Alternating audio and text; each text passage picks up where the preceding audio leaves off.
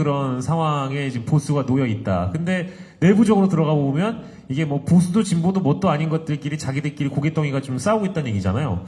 근데 이게 또 생각해 보면 싸움에는 끝이 있지 않나요? 싸움에는 끝이 있지 않습니까? 끝나는 시기도 있을 거고 누가 이기는지에 대한 그 결론도 날 거고 그렇지 않겠습니까, 의원님? 저한테 왜 자꾸 쳐다보고 그러세요? 싸움은 끝납니다. 그런데 우리가 이걸 한번 생각해 봐야 돼요. 이 정치라는 건 말이죠. 모든 것을 가능하게 합니다. 우리가 정치에 그래도 희망을 갖고 그 가치를 자꾸 주목하게 되는 이유는 이 문제를 해결할 수 있는 게 정치밖에 없어요. 이걸 사법적으로 어떻게 해결합니까? 그래서 저는 정치는 모든 것을 가능하게 한다. 우리가 그 믿음을 잃고 희망을 잃어버리는 순간 지옥문이 열린다. 국민들 보고 이런 2년 반을 더 살으라고 얘기하는 정치인이 있다면 저는 당장 그만두시라고 얘기하고 싶어요. 지금 이렇게 교착 상태에서 뜯어먹고 온 천지에 썩은 내가 풍기는 이 변태와 엽기의 시대를 국민들 보고 2년 반 더 견디십시오라고 얘기할 수 있는 이런 정치인이 있다면 저는 당장 내려가야 된다고 봅니다. 어쩌면은 이런 얘기를 하면은 또 뭐 통치에 공백이 생긴다, 나라가 혼란해진다, 여러 가지 부작용이 따르고 외국에서 어떻게 보겠냐. 그 다음에 보수는 탄핵 트라우마가 있다. 별하별 핑계를 다 들어요. 내가 별하별 핑계를 다 들어. 행동하지 않는 이유가 100가지가 넘습니다. 그러나 그런 걸 다 합쳐도 이런 시대를 2년 반 더 살으라고 국민에게 얘기하는 사람이 있다면 이제는 국민들에게 지옥으로 들어가시라고 얘기하는 거다. 이건 정말 정치인이 해서는 안 되는 말이에요. 근데 말을 돌려서 그렇게 하더라고. 저는 그런 게 야당에도 많아요. 이러다간 진보의 종말을 써야 될 판입니다. 이제는. 나는 그건 정치의 종말이다. 그래서 보수의 종말을 얘기할 때 정치는 살린다. 정치는 무엇이든 가능합니다. 불가능하지 않아요. 그 말씀. 박수 한번 주시죠. 참.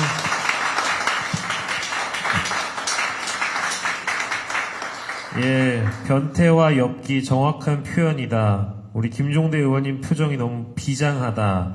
모든 것을 가능하게 하는 것이 바로 정치다. 이건 이제 같은 맥락이지만 저도 오늘 이제 다른 방송에서 얘기했는데 유명한 표현이 됐잖아요. 이제 그분이 여당 대표님이 하신 말씀이라서 함께 손을 잡고 나아가면 길이 된다라는 표현을 아주 좋은 표현을 해주셨습니다. 그분이. 그분에 대한 평가는 여러분들에게 좀 맡기고요. 그래서 지금 정치의 복원, 정치가 이러다가 이제 종말되겠다, 정치의 실종 상태, 이런 지적들을 많이 했잖아요.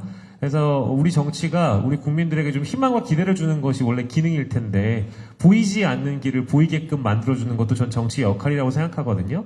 그래서 각자가 정치인이든 우리 국민이든 함께 손을 잡고 길을 만들어가는 이제 시대가 열릴 거라고 보고요. 우리 장유미 변호사께도 이제 같은 질문 좀 드리고 싶긴 한데 이게 당장 어제 그 기사 보면 당장 현안이 그렇습니다. 워낙에 대통령 지지도가 낮다 보니까 이제는 한국갤럽의 지지도가 17%가 나와도 기자회견 너무 잘했다. 그리고 여론조사가 나왔는데 어제 기사 보니까요. 변화할 수 있게끔 노력하겠다라는 답변을 대통령실에서 했더라고요. 참 평가를 드리기가 좀 민망하긴 한데 이런 어떤 대통령실의 모습이나 현 보수의 모습이 종말을 좀 더 빨리 앞당길 거라고 보십니까? 어떠세요? 전 기자회견을 보면서 이건 제가 한 표현이 아니라 윤희석 대변인이 방송에서 한 표현이죠. 망했다. 윤희석? 예, 윤희석 네네네네. 대변인이 망했다라고 이야기하더라고요. 이게 보수 내부에서도 제가 보수 진영에 몸담았던 한 전직 의원님이 지금 의원님 주신 말씀처럼 그래도 보수가 대한민국의 한 축을 담당하고 국정 운영을 해왔던 주체로서 능력을 보여줬던 측면이 있다. 왜냐하면 진보 세력은 집권을 하지 못했었기 때문에 그 어떤 행정 경험을 축적할 수 있는 경험이 상대적으로 떨어졌었는데 거기에서 비교 우위가 있었는데 그것조차 잃어버렸다라고 평가한 게 내부의 진단이었습니다. 그러면 왜 이런 이야기가 나올까? 정치는 모든 것을 할 수 있다란 말에 제가 대단히 공감이 되고 마음에 울림이 있는데 그걸 못하는 지도자를 뽑았기 때문이에요. 윤석열 대통령은 그걸 못합니다. 그러니까 검찰에 모든 걸 맡기는 부분이 있죠. 전 정치를 사법 영역으로 보내는 게 상당히 비겁하다고 생각합니다. 제가 개인적인 얘기를 한다면 이 보수 정권에서 굉장히 고위직까지 지내신 검사장 출신 변호사님이 계셨어요. 그래서 제가 여쭤봤어요. 대단히 보수적이신 분이고 정치 성향은 윤석열 대통령 당시 후보가 대통령 되는 거에 대해서 어떻게 생각하냐? 반대한다 그랬습니다. 검찰이 왜곡되고 오염되고 망가질까봐 반대한다 그랬습니다.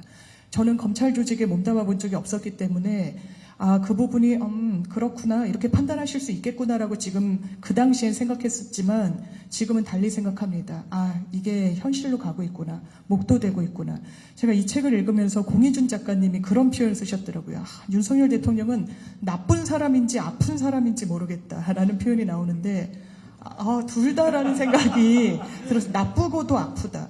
왜냐하면 정치 영역에서 훈련을 1도 받지 않았고 아무것도 할 줄 모른다면 그렇게 섣불리 나왔으면 안 된다고 합니다. 딱 대통령이 되고 싶은 거기까지의 목표가 관철됨으로 인해서 국민들이 불행해지고 있다고 생각해요.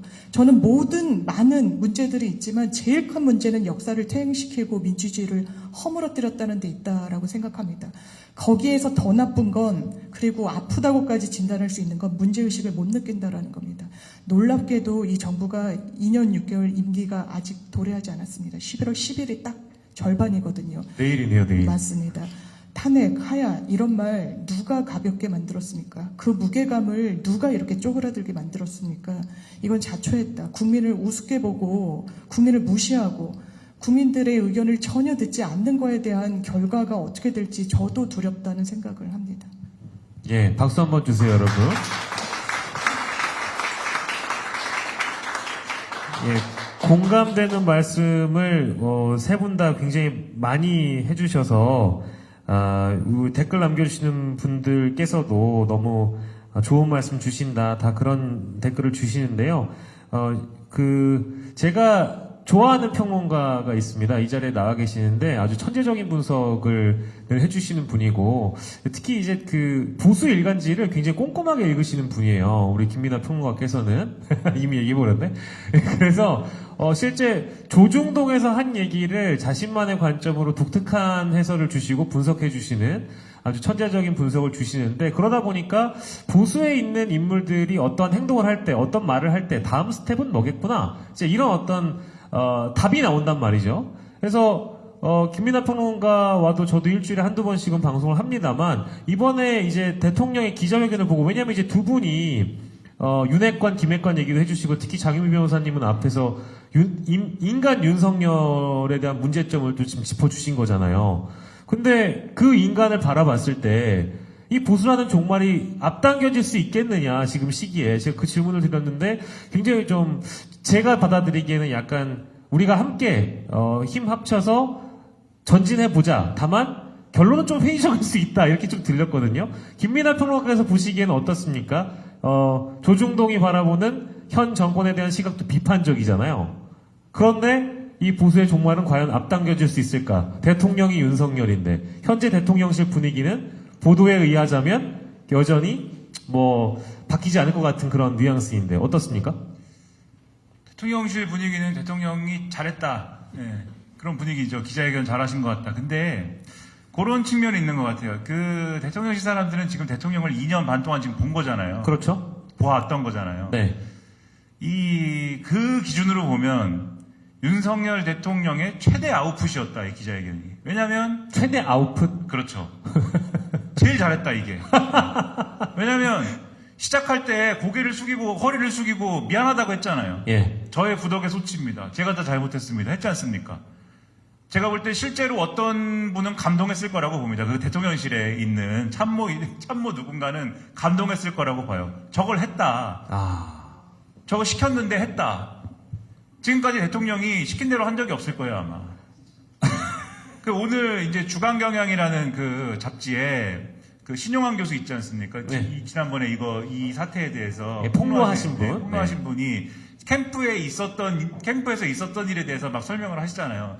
이미 좀 많이 이런저런 루트를 통해서 이제 알고 있던 사실이기도 하지만 이 얘기를 하시는 걸 보면은 윤석열 대통령한테 그 선거 치를 때도 이런저런 보고서를 주고 그 보고서에 이제 나오는 바나 이런 것들에 대해서 어디 유세에 가서 이러한 내용을 얘기를 하자. 이런 거든 시키면 그대로 안 한다는 거 아닙니까? 심지어는 광주에 가서 이제 광주에 스타필드 이런 거를 유치하자라는 공약을 얘기를 해야 되는데, 그거를 예를 들면 재래시장에 가서 얘기하면 안 되는 거잖아요. 재래시장에서는 얘기 안 하고 그 다음에 행선지에서 얘기를 해야 되는데, 그리고 그 사실을 대충 이렇게 설명을 해주는데 말을 안 듣다라는 거지 않습니까? 재래시장에 가서 얘기를 그냥 한다는 거예요. 재래시장에 있는 사람들은, 상인들은 그럼 그 얘기를 듣고, 그럼 재래시장을 밀고 그럼 그걸 만들 건데, 그게 득표에 도움이 되겠습니까? 근데 윤석열 대통령은 좋다고 그걸 얘기를 하더라는 겁니다. 그러니까 이런 게 안 되는 분이고, 그리고 또 뭐 예를 들면은 그런 자리에 가서 이렇게 좀 상인들도 모아놓고 해서 보고라고 하면 좀 뭐하지만 얘기를 좀 듣지 않습니까? 얘기를 좀 들어야 되면은 좀 경청을 하고, 그건 그렇습니까? 라고 들은 다음에 나의 대책을 얘기하고 뭐 이런 걸 얘기해야 되는데, 그게 아니라 잡담을 한다는 거예요. 그런데 내가 옛날에 광주지검에 있을 때 요 앞에 있는 아이고. 술집 이름이 포시즌이었는데 이름이 참 고상했는데 뭐 이렇게 얘기하면서 여기서 맥주를 먹었는데, 요런 얘기를 3시간 동안 한다는 겁니다. 그러니까 이런 분이다. 근데 참모회의를 그렇게 할 거 아니에요, 용산에서.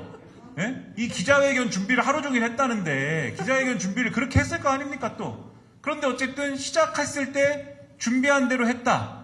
나머지 일문일답은 준비한 대로 하나도 안 했지만, 그러니까 기쁜 점이 분명히 있을 겁니다. 용산에서는 기분 좋은 점이 분명히 있을 거예요.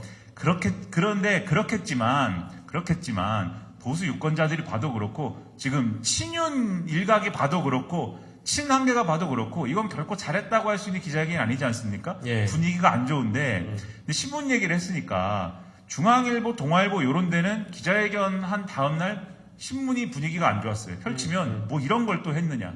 이 분명히 마지막 기회라고 했는데 무슨 이런 기자회견을 했느냐. 이런 게 행간에다 보이고, 동아일보는 거의 대놓고 이게 뭐냐 이런 분위기였는데, 조선일보가 분위기가 다릅니다. 조선일보가 딱 제가 지금 말씀드린 대통령실 참모 분위기예요.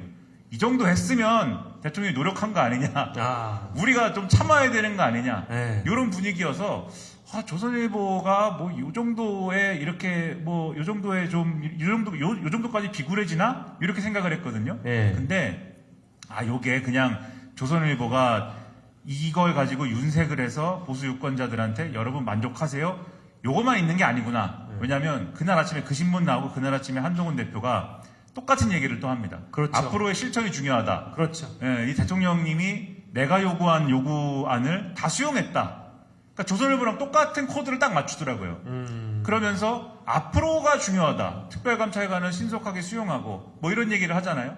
그리고 대통령실에서 한동훈 대표한테 찍혔던 소위 말하는 김건희 라인 일부가 이제 자진 해서 그만둘 수도 있다던데 뭐 이런 얘기를 조금 흘리고, 그리고 관광공사를 하고 싶었다는 사람이 갑자기 좀 자진 사퇴하고 뭐 이러지 않습니까? 예. 그래서 지금 아마 종편 이런 데서는 전략적 휴전인가? 뭐 이런 얘기도 지금 풍기고 있거든요. 이게 뭐냐면, 아까 이제 싸움 얘기를 하셨잖아요. 네. 싸움이라는 거는 끝이 없는 겁니다, 제 생각에는. 근데 이제 김종대 의원님이 이제 틀린 말씀을 하셨다는 게 아니라, 아까 정치는 뭐든지 할 수 있다고 말씀하셨잖아요. 말려주지 않으면 이 보수에서의 싸움이 끝이 안 나요. 싸움이 한 편이 이겨가지고 끝난 것 같아도 그 이긴 쪽에서 다시 분열해서 또 싸웁니다. 그러니까 한동훈 대 윤석열의 싸움이 또 시작이 돼가지고 지금 난리인 상황이지 않습니까? 원래는 한 편이었는데 그분들이. 예. 제가 볼 때는 이 싸움이 또 진행 중인 가운데 윤석열 대통령이 기자회견을 함으로써 한동훈 쪽에서는 완전히 윤석열 대통령 이 벼랑 끝에 몰려있는 상황에서 등을 밀어가지고 벼랑 끝으로 완전히 이제 떨어뜨려 버리면은 같이 죽게 생겼으니까, 이거는 여기서는 한번 쉬어가고 승부 자체는 일단은 밀어놓고 여기서 얻어갈 것은 얻어가자, 이런 분위기거든요. 그래서 제가 이 장황하게 무슨 얘기를 하려는 거냐면, 예. 그래서 여기서는 한번 쉬어가자의 실천적인 마지막 지점이 뭐냐면 특검이 있잖아요. 결국은 지금 특검이 중간 징검다리로서 굉장히 중요하잖아요. 지금 한동훈 대표 쪽에서 하는 얘기가, 지금 어쨌든 윤석열 대통령하고 딜을 해야 되는 시점인데, 특검 문제에 있어서는 당론으로 국민의힘이 특검을 반대하는 거를 걸고, 윤석열 대통령은 한동훈 대표를 당분간 그만 미워하는 걸로 일단은 봉합하고 가자. 그렇게 해가지고 이 위기를 일단은 위기 탈출을 하면서 이 위기를 한번 넘겨서 일단 내년으로 가자. 요 전략인 것 같다. 요 해석이거든요. 예. 그런데 지금 요거는 한동훈, 윤석열 양자 간의 관계에서 이제 생각해낼 수 있는 어떤 봉합책인 것이고, 지지율이 아까 어떻다고요? 17%. 네, 17% 이렇게 나오고, 보수 유권자 측마저 이 기자회견을 보고 무슨 이런 기자회견이 있느냐, 어떻게 이런 무책임한 얘기들을 할 수가 있느냐, 해결책이라고 얘기를 하는 게 전화번호를 바꾸고, 무슨 윤석열 대통령이 전화번호를 바꾸고, 김건희 여사가 올해까지는 그래도 좀 자제하겠습니다 이렇게 얘기를 하고, 그 올해까지입니다, 여러분. 예, 네. 활동 자제가 딱 올해까지, 올해 말까지래요. 예. 네, 이런 걸 해결책이라고 얘기하느냐 이래갖고 화가 나 있잖아요. 그 정도 얘기를 해서 그 정도 수습책으로 이 위기를 넘길 수 있겠느냐. 그리고 과연 매직 넘버가 8인데 8표 이탈하면은 특검은 통과가 되는 것인데, 친한도 아닌 친한계도 아니고 친윤계도 아니에요 라고 중간에 얘기를 하면서 눈치를 보고 있는 일군의 이제 한 최소 20명에서 많게는 뭐 50명까지 된다고 하는 국민의힘에 뭐 좋게 얘기하면은 중도적인 분들이고 나쁘게 얘기하면은 조금 기회주의적인 분들이 과연 그 중에 8명이 안 튀어나오겠느냐 이 생각을 하면 특검이라는 게 어떻게 될까? 이것도 상상 가능한 부분이 지금 있는 거거든요. 요 상황을 야당들이 잘 컨트롤해야 특검이 사실 이 현실이 될 수 있고, 특검이 잘 진행돼야 소위 말하는 이제 위법적인 것들이 제대로 확인이 될 수 있고, 그게 제대로 확인이 돼야 이 보수가 끝도 없이 싸우는 거를 정치가 뭐든지 할 수 있다고 말씀하셨으니까, 정치가 이제는 말려줄 수가 있다. 어떻게 말리느냐? 예, 그 어떤 메인 스테이지에서 좀 잠시 물러나 계시는 걸로 이렇게 끌어내림으로써 말려줄 수 있는 거다. 말려야죠, 싸우는데.